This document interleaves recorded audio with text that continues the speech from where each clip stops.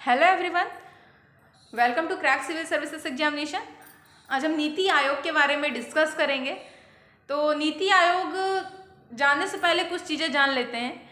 नीति आयोग लाया गया था आपका 1 जनवरी 2015 को, ठीक है, लेकिन इसकी जो घोषणा की गई थी वो 15 अगस्त 2014 को प्राइम मिनिस्टर नरेंद्र मोदी जी के द्वारा की गई थी। अब ये नीति आयोग क्यों लाया गया? कई बार इसकी बातें होती हैं कि नीति आयोग लाना क्या उद्देश्य था, योजना आयोग था ही पहले से ही, तो नीति आयोग क्यों आया गया? या फिर कई बार इसको ये भी बोल दिया जाता है कि मतलब पुराना सामान और नई पैकिंग, यानी बाहर से आपने कवरिंग कर दी और अंदर तो पुराना सामान ही है, लेकिन ऐसी कोई चीज़ें नहीं। अब जो अंतर है वो हम जान लेते हैं। क्या अंतर है नीति आयोग और योजना आयोग के अंदर, ठीक है? तो अगर हम दोनों के बीच में अच्छे से अंतर समझ पाएंगे तभी हम नीति आयोग को समझ पाएंगे, ठीक है? तो ये चीज़ें हैं। तो नीति आयोग का जो हेड क्वार्टर है वो कहाँ है? न्यू दिल्ली में है।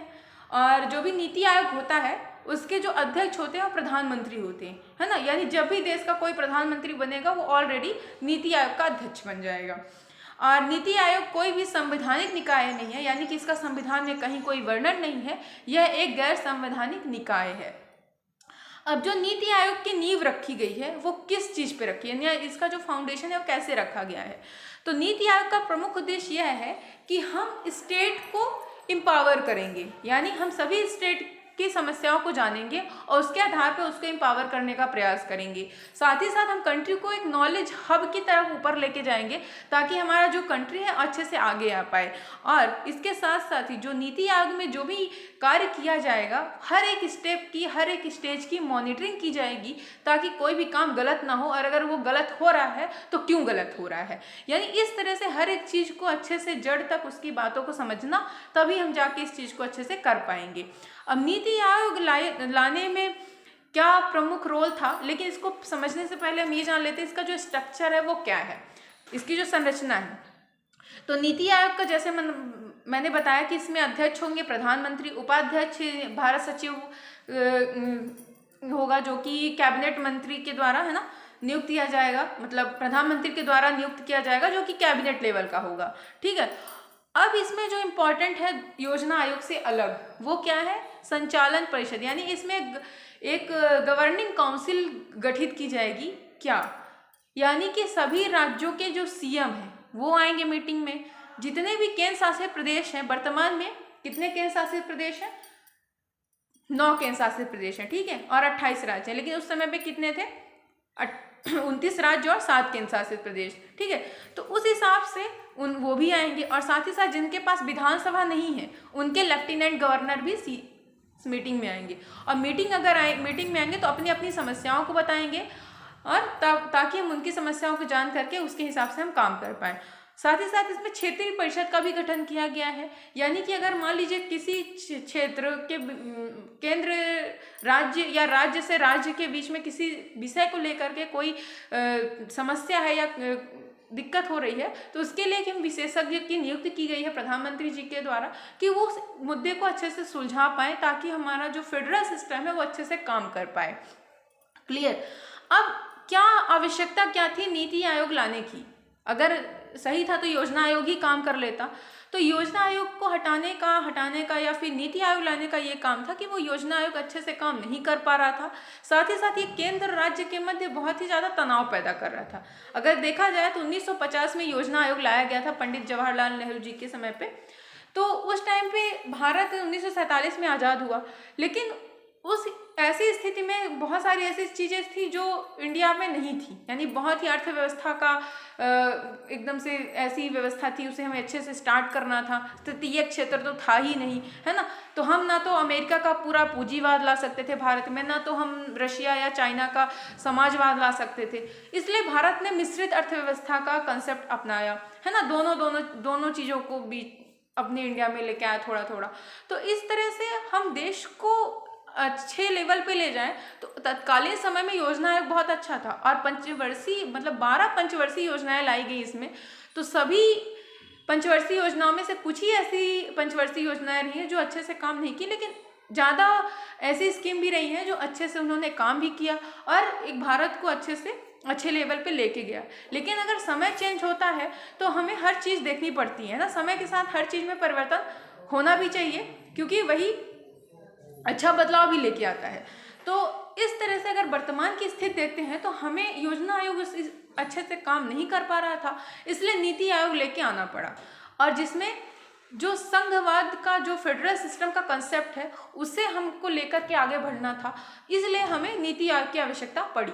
ठीक है, अब हम ये जानते हैं कि नीति आयोग में ऐसा क्या है जो कि अलग है योजना आयोग से, है ना। तो नीति आयोग जो है उसे थिंक टैंक कहा गया, यानी थिंक टैंक क्यों कहा गया है, क्योंकि अगर आप देखते हो कि जो भी चीज़ें आपका योजना आयोग में था, है ना, थिंक टैंक इसलिए कहा गया क्योंकि योजना आयोग में ये चीज़ें थी कि वो टॉप टू बॉटम अप्रोच पे काम करता था। फॉर एग्जाम्पल, अगर उत्तर प्रदेश की जनसंख्या बहुत ज़्यादा है लेकिन वहाँ पे साक्षरता का लेवल उस हिसाब से नहीं हो रही, लेकिन अगर हम केरला में देखते हैं तो वहाँ पे लिटरेसी लेवल अच्छी है, पब्लिक हेल्थ भी अच्छा दे रहा है वहाँ का स्टेट गवर्नमेंट, और वहाँ पे जो जनसंख्या वो भी कंट्रोल है। तो अगर हम कोई भी योजना आयोग के तहत अगर हम कोई स्कीम ला रहे थे तो वही उसी लेवल पर हम केरला को भी रख रहे थे, उसी लेवल पर हम यूपी को भी रख रहे थे, उसी में हम गोवा को भी रख रहे थे, उसी में हम महाराष्ट्र को भी, उसी में मध्य प्रदेश को भी, यानी सभी राज्यों को एक जैसे।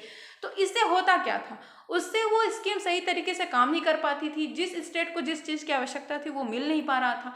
ठीक है, तो इसलिए टॉप टू बॉटम अप्रोच को ना लेकर के नीति आयोग ने बॉटम टू टॉप अप्रोच का कंसेप्ट अपनाया। ये क्या है, यानी कि हम सभी राज्यों की क्या समस्याएं हैं पहले हम उसको जानेंगे, उसके आधार पर हम उनसे आइडियाज़ लेंगे कि आप कुछ आपके पास अगर कोई अच्छा आइडिया है तो आप हमें दो, आप हमें बताओ, हम उस चीज़ को आगे लेके आएंगे और आपके जो राज्य है, आपका जो डिस्ट्रिक्ट है, आपका जो विलेज है, उसे हम अच्छे से विकसित करेंगे। तो ये योजना आयोग से अलग है आपका नीति आयोग। ठीक है, तो नीति आयोग में जो आप देखते हो कि ये संघीय सहभागिता को बढ़ावा देने का प्रमुख उद्देश्य है इसका, यानी संघवाद को बढ़ाने की भूमिका अपनाता है। साथ ही साथ जो हमारी राष्ट्रीय सुरक्षा के साथ ही जो आर्थिक रणनीति है उसको हम अच्छे से कैसे काम कर सकते हैं उसमें, और राष्ट्रीय और अंतर्राष्ट्रीय लेवल पे जो भी हमारे ऐसे विशेषज्ञ हैं, है ना, जो कि चिकित्सा पे, उद्यमशीलता पे, है ना, नवाचार पे, वो क्या क्या नए आइडियाज़ लेके आते हैं जो हमारे देश को अच्छे शिखर पे पहुंचा सकता है। तो ये सारी चीज़ें उद्देश्य है हमारे नीति आयोग की, जो कि अच्छे से काम कर पाए नीति आयोग, और जो कि हमें योजना आयोग से अलग करता है इन सारी चीज़ों से। तो अब हम देखते हैं मेन अंतर है क्या, मुख्य अंतर क्या है योजना और नीति आयोग में, कि हमें नीति आयोग लेके आना पड़ा।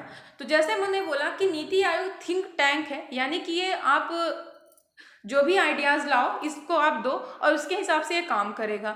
ठीक है, लेकिन जो योजना आयोग था ऐसा कुछ नहीं था, वो संवैधानिक निकाय की तरह कार्य करता था। हालांकि वो संविधान में इसका वर्णन नहीं है, लेकिन ये वित्त आयोग के तहत, यानी अनुच्छेद 282 के तहत, जिसके तहत अनुदान दिया जाता है, उसके कारण ये धन आवंटन करता था, और कहीं ना कहीं ये योजना आयोग धन मतलब इसकी वजह से उस पर ज़्यादा प्रभावी भी रहा। ठीक है, वित्त आयोग पे। पर अगर हम देखते हैं नीति आयोग में, तो नीति आयोग में जो सदस्यों इसमें जो काम किया गया है विशेषज्ञों पे प्रमुख बल दिया गया है, यानी कि हर एक मुद्दे के लिए एक नई मतलब हर एक मुद्दे के लिए विशेषज्ञ को रखा गया है ताकि कोई भी बात इधर से उधर ना हो, यानी हर चीज़ अच्छे से काम कर पाए। लेकिन वहाँ पे योजना आयोग में ऐसा कुछ नहीं था। ठीक है, साथ ही जो आपका नीति आयोग है यहाँ पे सहकारी संघवाद की बात की गई है ना, ताकि हम केंद्र और राज्य के मध्य जो भी अच्छे हैं फेडरल सिस्टम को अच्छे से लेकर काम करें, जो कि योजना आयोग में नहीं था। बहुत ही सीमित था कि लास्ट एक साल भर में एक बार मीटिंग होगी, उसी पे हम डिस्कस करेंगे, अन्यथा ऐसा कुछ था नहीं। और नीति आयोग जो है आपका बॉटम टू टॉप अप्रोच पे काम करता है, जबकि योजना आयोग था टॉप टू बॉटम अप्रोच पे काम करता था। नीति आयोग में जो भी नीतियाँ आएंगी वो इसमें ये नहीं है कि आप लागू ही करो, है ना, जिसको स्वेच्छा होगे वो लागू कर सकता है, किसी को ये बाउंडेशन नहीं होगा किसी भी स्टेट को कि आपको ऐसा करना ही होगा, जबकि योजना आयोग में ये था कि सभी के लिए सेम हो जा रहा था। फिर इसमें जो धन आवंटन का कंसेप्ट नहीं है, यानी नीति आयोग में ऐसा नहीं कि हम धन देंगे आपको, जो ये वित्त आयोग और की तरफ से, मंत्रालय की तरफ से मिलता है वो उसके तरफ से दिया जाएगा, जबकि योजना आयोग में ये था कि धन आवंटन की सुविधा दी जा रही थी, लेकिन किसके द्वारा, अनुच्छेद 282 के तहत जो अनुदान दिया जा रहा था उस हिसाब से। ठीक है, तो ये सारे कंसेप्ट थे आपके नीति आयोग में। और नीति आयोग के जो उपाध्यक्ष हैं वो कौन है, राजीव कुमार हैं, और अभी जो इनके CEO हैं वो है कौन, अमिताभ कांत। ठीक है, आई होप आपको इतने फैक्ट क्लियर होंगे। Okay, thank you for watching this video.